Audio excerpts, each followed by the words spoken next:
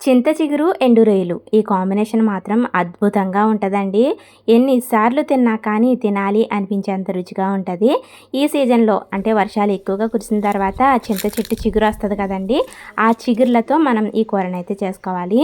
ముదురాకులు కాదండి. ఇదిగోండి ఇలా లేతగా ఉన్న చింత చిగురునైతే మనం కోసుకొని 2 చేతుల మధ్యలో చింత చిగురుని పెట్టుకొని ఇలా నలిపామనుకోండి అది పొడిలాగా అయిపోతుంది. అప్పుడు ఆ పొడితో మనం కూర వండుకోవాలి.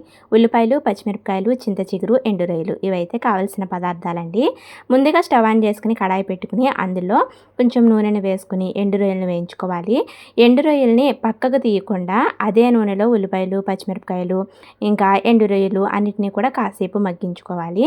ఆ తర్వాత రుచికి తగినంత కల్లుప్పు, 2 స్పూన్ల కారం ఇంకా కొన్ని నీళ్ళను కూడా వేసుకొని మూత పెట్టి నీళ్ళను మరిగించుకోవాలి. నీళ్లు మరుగుతున్నాయి అన్నప్పుడు చింత చిగురుని కూడా ఇందులో వేసేసుకొని ఒకసారి బాగా కలిపేసి నూనె పైకి తేలేంత వరకు ఉడికించుకున్నామనుకోండి చింత చిగురు, ఎండు రొయ్యలు ఈ కాంబినేషన్‌తో కూర అయితే రెడీ అయిపోతుందండి. ప్రతిరోజు కంటే ఒక ముద్ద ఎక్కువే తినేస్తాం ఈరోజు. చాలా రుచిగా ఉంటదండి.